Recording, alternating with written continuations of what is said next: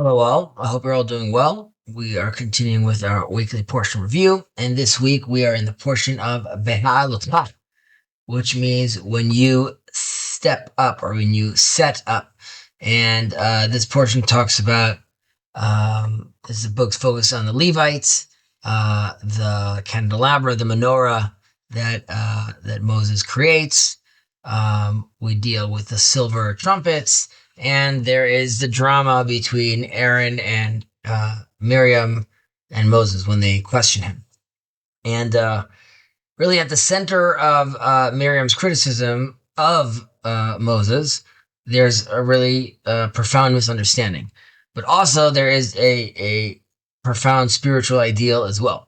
Now, Miriam's mistake was that she didn't fully understand the essential difference between the prophecy of Moses and the prophecy of all the other prophets. Our sages tell us in the Talmud that they ask a serious question. They say that Moses separated from his wife because Hashem explicitly instructed him to do so. And after the revelation at Sinai, Hashem told the Jewish people, as he tells Moses to go tell them, return to your tents, but you stand here with me, right? As in everyone else go back, you stay over here. And the Jewish people were told to return to their ordinary family lives. Now, Moshe, however, is being commanded to remain in constant state of readiness before Hashem. And his prophetic mission required him to be available for the divine speech at every moment. And if that's the case, if Miriam knew that Moses received this commandment from Hashem, how could she criticize him then? Like, she knows how he's involved. So the rabbis answer, and they invoke this principle, which is that I'm translating it from Hebrew to English, but it's in any way a person wishes to go, he is led. Right? Now, Miriam thought that Moses' separation was not entirely objective. Right? She actually believed that Moses had this inner tendency towards like excessive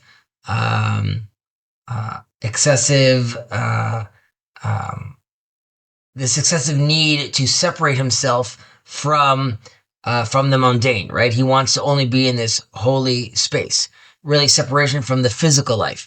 And because of this tendency, heaven, right, or Hashem, led him further along down this path because that's what he wanted.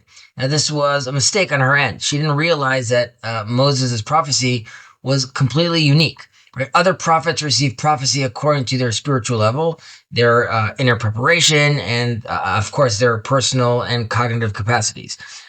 Moses' prophecy is different. It was direct, it was clear, and objective. It was not shaped by his personal tendencies.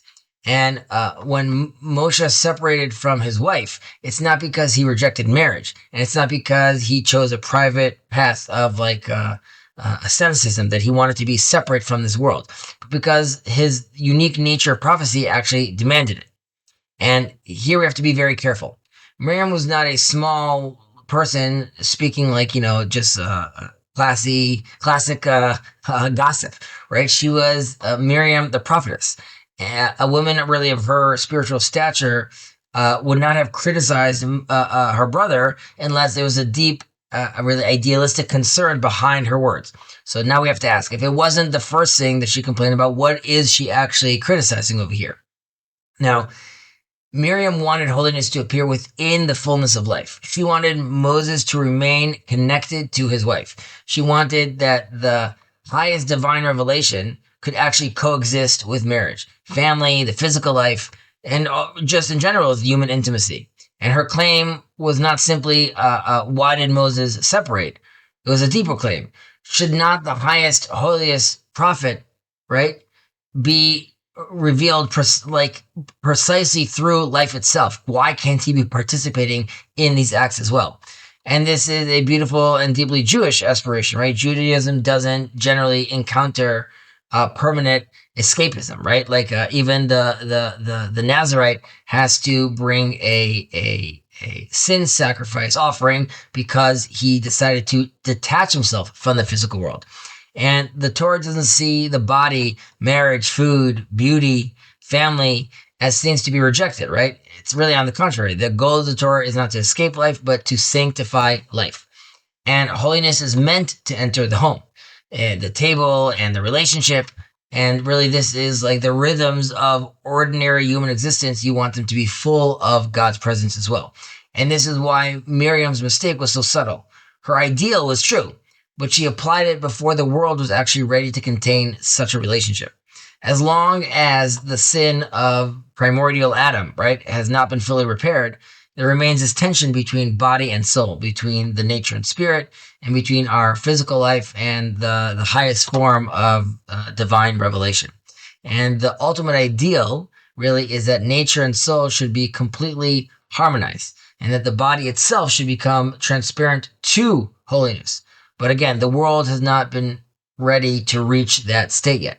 Now, Moses, because he was a unique prophet on a unique prophetic mission, had to live in this constant readiness of the world for always being ready to hear the word of Hashem.